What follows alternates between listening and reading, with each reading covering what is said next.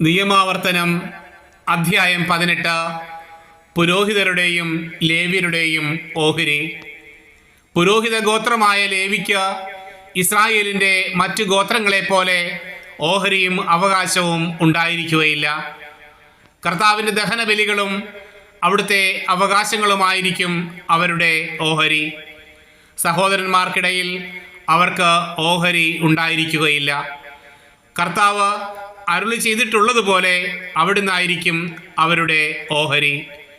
ബലിയർപ്പിക്കുന്ന ജനത്തിൽ നിന്ന് പുരോഹിതന്മാർക്കുള്ള വിഹിതം ഇതായിരിക്കും: ബലി കഴിക്കുന്ന കാളയുടെയും ആടിൻ്റെയും കൈക്കുറകുകൾ, കവിൾത്തടങ്ങൾ, ഉദരഭാഗം ഇവ പുരോഹിതന് നൽകണം.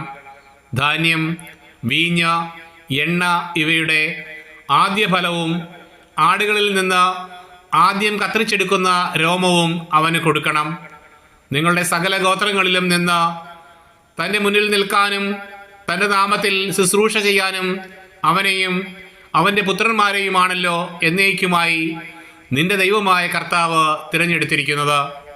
ഇസ്രായേൽ പട്ടണങ്ങളിൽ എവിടെയെങ്കിലും താമസിക്കുന്ന ഒരു ലേവ്യൻ കർത്താവ് തിരഞ്ഞെടുക്കുന്ന സ്ഥലത്ത് വരാൻ ആഗ്രഹിക്കുകയാണെങ്കിൽ വന്നുകൊള്ളട്ടെ. കർത്താവിൻ്റെ സന്നിധിയിൽ ശുശ്രൂഷ ചെയ്യാനായി നിൽക്കുന്ന സഹോദര ലേവ്യരെ പോലെ അവനും നിന്റെ ദൈവമായ കർത്താവിൻ്റെ നാമത്തിൽ ശുശ്രൂഷ ചെയ്യാം. പിതൃസമ്പത്ത് വിറ്റ് കിട്ടുന്ന തുകയ്ക്ക് പുറമെ ഭക്ഷണത്തിൽ മറ്റു ലേവ്യരോടൊപ്പം തുല്യമായ ഓഹരി അവനുണ്ടായിരിക്കും. നിന്റെ ദൈവമായ കർത്താവ് തരുന്ന ദേശത്ത് നീ വരുമ്പോൾ ആ ദേശത്തെ ദുരാചാരങ്ങൾ അനുകരിക്കരുത്.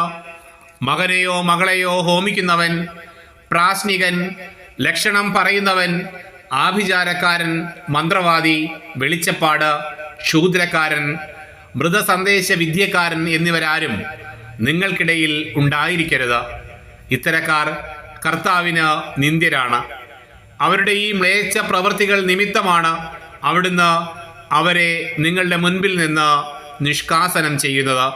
നിന്റെ ദൈവമായ കർത്താവിൻ്റെ മുൻപിൽ നീ കുറ്റമറ്റവനായിരിക്കണം.